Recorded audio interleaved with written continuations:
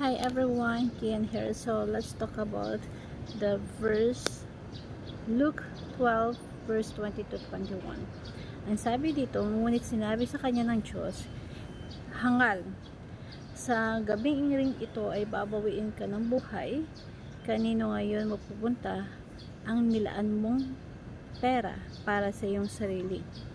Ganyan ang sasapitin ng sino mang nag-iipon ng kayamanan na pansarili, ngunit dukhaman sa paningin ng Diyos. So yung verse po natin, yung teaching natin for today is all about, merong tatlong klase ng tao. Merong a smart person who invests time for wealth. Ito yung mga empleyado na nag-invest time para magtrabaho at kumita, yumaman.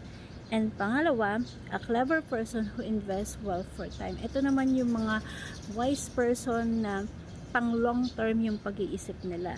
So, sila yung nag-invest ng wealth para magkaroon sila ng time for themselves. At yung pangatlo naman, a wise person who invests time and wealth for God and for all eternity. Kumbaga, kung ano yung meron siyang pera, meron siyang kayamanan, ini-invest niya yon for God and for eternity.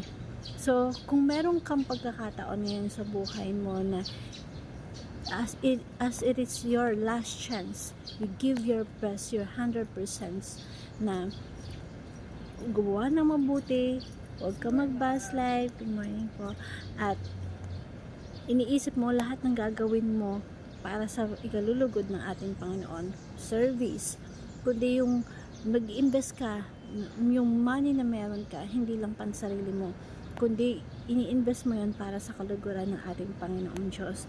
So, plan long term as if it is your will live long. Live today as if it is your last day. Give your best. Naisipin mo lahat ng bagay na ginagawa mo para yun sa kaluguran ng Diyos. At kasi kapag ikaw nag-backslide ka, mapapalayo ka sa Panginoon. Lahat ng blessings na binigay sa iyo, ng money na meron ka, gagamitin mo lang yung sa maling paraan.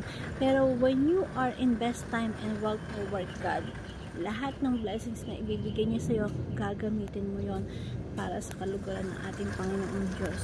Kaya, huwag mong sayangin yung time na meron ka, gamitin mo to para sa i-glorify ng ating Panginoong Diyos. Binigay niya yan sa iyo, hindi sa pansarili mo, kundi para maitulong mo sa iba, para sa will ni God sa buhay mo. Gamitin mo yun at huwag mong sayangin.